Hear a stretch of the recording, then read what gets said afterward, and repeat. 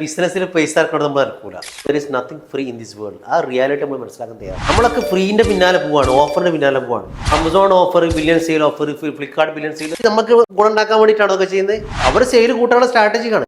Resume മേക്കുന്ന ഒരു tool ഉണ്ട്, ടൂളാണ്. റെസ്യൂം മേക്ക് നമ്മുടെ കണ്ടന്റ് കൊടുക്കും, നമ്മുടെ പേര് കൊടുക്കും, നമ്മുടെ ഡൊമൈൻ കൊടുത്ത് ഓട്ടോമാറ്റിക് നമ്മുടെ എക്സ്പീരിയൻസ് ആയിട്ട് ഒരു 5 മിനിറ്റ് കൊണ്ട് റെസ്യൂം മേക്കർ റെഡി ആയി.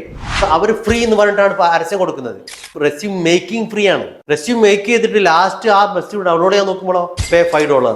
നമ്മൾ മനസ്സിലാക്കേണ്ടത് ഏത് ടൂളാണെങ്കിലും റിയൽ സെനാരിയോയിൽ ആരെങ്കിലും ഒരു ബിസിനസ്സിൽ ഓഫർ കൊടുക്കുന്നുണ്ടെങ്കിൽ അത് നമ്മൾ നന്നാക്കാനല്ല, അവരുടെ ഒരു സ്ട്രാറ്റജിയാണ്, സെയിൽ സ്ട്രാറ്റജിയാണ്. ഈ പറയുന്ന ഫ്രീ കൊടുക്കുന്നവരെല്ലാവരും അതിന്റെ behind of the curtain there is a marketing strategy. അവർക്ക് സെയിൽ കൂട്ടാനുള്ള സ്ട്രാറ്റജിയാണ്. അപ്പൊ നമ്മൾ അവിടെ പൈസ നോക്കി നിന്നിട്ട് കാര്യമല്ല. Don't be cheap to the way for your business. നമ്മുടെ ബിസിനസ്സിന് ഗുണം കിട്ടണമെന്നുണ്ടെങ്കിൽ നമ്മൾ ടൂൾ ഉപയോഗിക്കണം. SEO ടൂൾ ഉപയോഗിക്കണം, സോഷ്യൽ മീഡിയ ടൂൾ ഉപയോഗിക്കണം, ട്രയൽ വെർഷൻ ഉപയോഗിക്കുക, ഗുണം ഉണ്ടോ നോക്കുക, പൈസ കൊടുത്ത് വാങ്ങുക.